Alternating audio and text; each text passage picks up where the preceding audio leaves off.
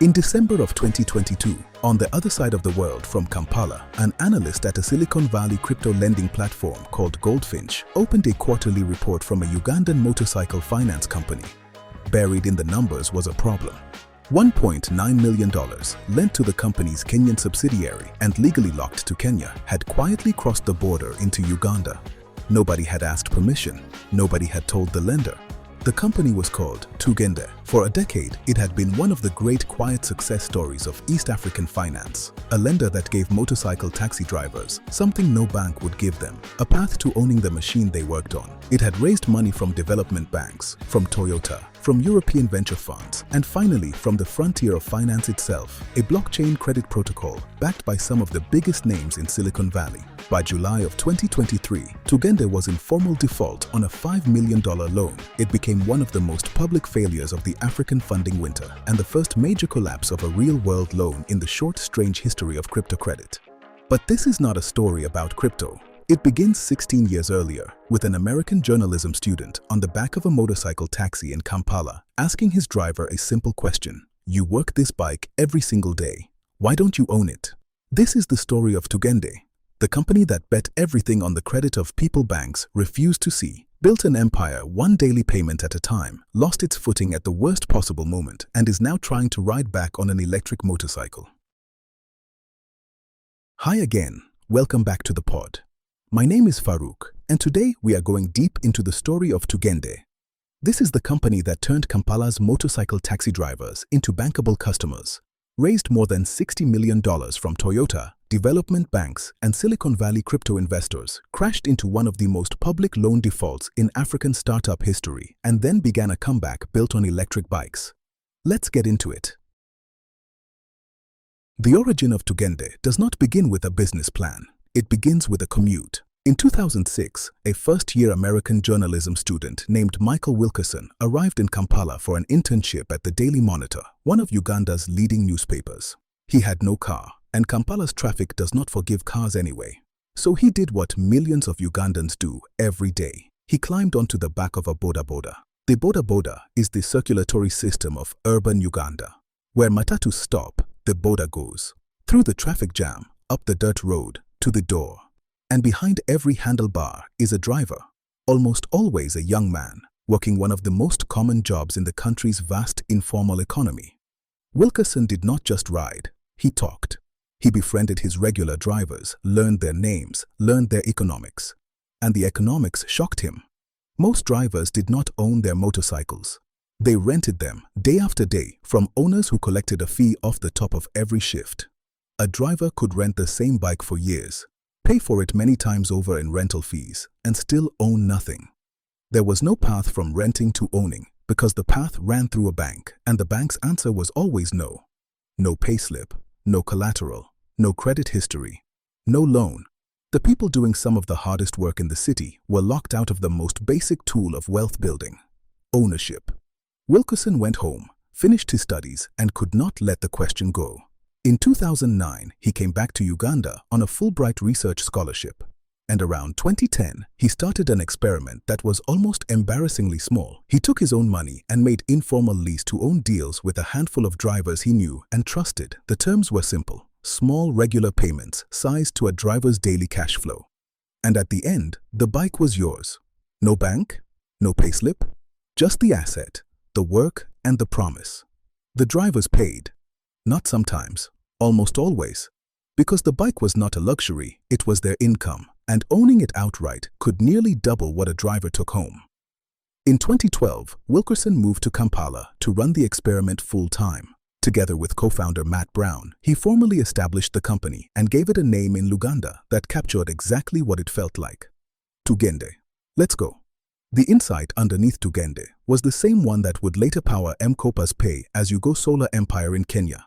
A poor customer with steady daily cash flow is not unbankable. You just have to lend against the right thing, not a salary, not a land title, the productive asset itself, the machine that earns the money that makes the payments. The bank saw a man with no collateral. Tugende saw a man sitting on his collateral every working day. Having the insight was one thing. Building a machine around it was another. The early years of Tugende ran on paper and shoe leather. Paper contracts, manual collections, staff who knew every client by face and name. There was no credit bureau to consult, so Tugende built its own underwriting out of the social fabric of the boda world. References from a driver's stage, the corner association where he waited for fares, referrals from existing clients, reputation, verified the slow way. And because trust needed teeth, every financed motorcycle carried a GPS tracker, and Tugende retained the right to repossess a bike if payments stopped. That is the uncomfortable heart of every asset finance model that serves the poor, and it is worth being honest about. A social enterprise that tracks and can take back the assets of very poor customers is living with a permanent tension. Tugende's defense was its results. The overwhelming majority of its drivers made it to ownership, and a repossessed bike could be recycled to the next applicant rather than becoming a dead loss. The model worked, and then it compounded. Excluding a single pandemic year, Tugende more than doubled its portfolio every year from 2012 onward. By 2015, it had financed more than 5,000 drivers, and a typical client was reaching full ownership in about 19 months. Foreign journalists started showing up in Kampala to profile the American who lent to boda drivers when banks said no. Capital was the harder fight. There was no established asset class called motorcycle finance for informal workers, and Wilkerson spent years knocking on doors trying to convince institutional lenders that his clients were creditworthy. The breakthroughs came slowly and then in sequence. In July of 2018, the Overseas Private Investment Corporation, the development finance arm of the United States government, extended a $5 million debt facility. In February of 2019, PG Impact Investments, connected to the global firm Partners Group, added $5 million more. The proof was in. Tugende could raise real money. Then came the year that tested what the company actually believed. In 2020, the COVID pandemic reached Uganda, and the government imposed one of the strictest lockdowns in Africa. Boda-bodas were banned from carrying passengers. For Tugende's clients, income did not fall, it stopped. Overnight, more than 23,000 active clients, every one of them paying for a bike out of daily fares, had no fares. A conventional lender protects its balance sheet first.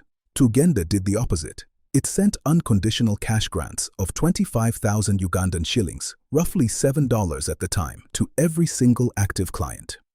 It waived late penalties, and rather than lay off staff, the company deferred salaries, with leadership taking the deepest cuts.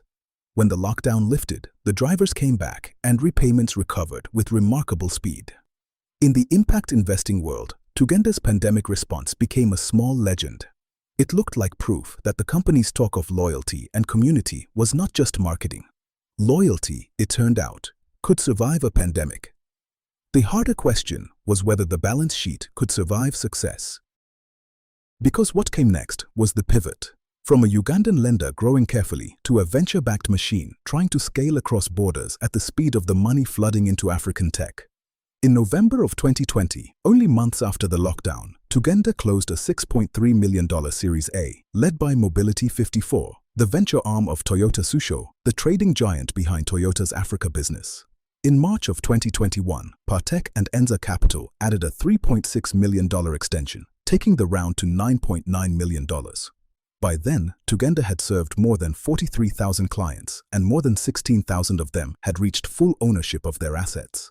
The money had a destination: Kenya, the largest boda market in East Africa, right next door. Tugende had crossed the border and was now opening branches at speed, 6 of them in the first 3 months of 2021 alone. The product line stretched too, beyond motorcycles into taxis, boat engines, smartphones, refrigerators for shopkeepers, sewing machines for tailors. Anything that earned its owner a living could, in theory, be financed the Tugende way. And then came the loan that would define the next chapter. In October of 2021, at the absolute peak of the cheap money era, Tugende's Kenyan subsidiary borrowed $5 million from Goldfinch, a decentralized credit protocol backed by Andreessen Horowitz, one of Silicon Valley's most powerful venture firms. Goldfinch's pitch to the crypto world was that blockchain capital could fund real businesses in emerging markets. Tugende was exactly the showcase it wanted. The loan carried interest of more than $53,000 a month, and its terms were explicit. The money was for Kenya. Only Kenya.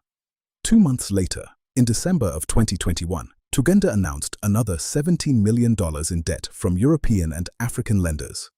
The company had now served more than 54,000 clients and employed more than 500 people. All told, over its lifetime, it had raised more than $60 million in grants, debt, and equity. 10 years after a Fulbright scholar handed his first informal loan to a boda driver, Tugende was one of the largest lease-to-own platforms on the continent, and almost nobody, inside or outside the company, saw what was coming.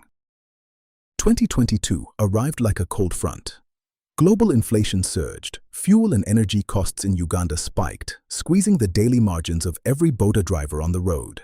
Interest rates rose, and the cheap global capital that had funded Tugende's doubling machine simply stopped flowing.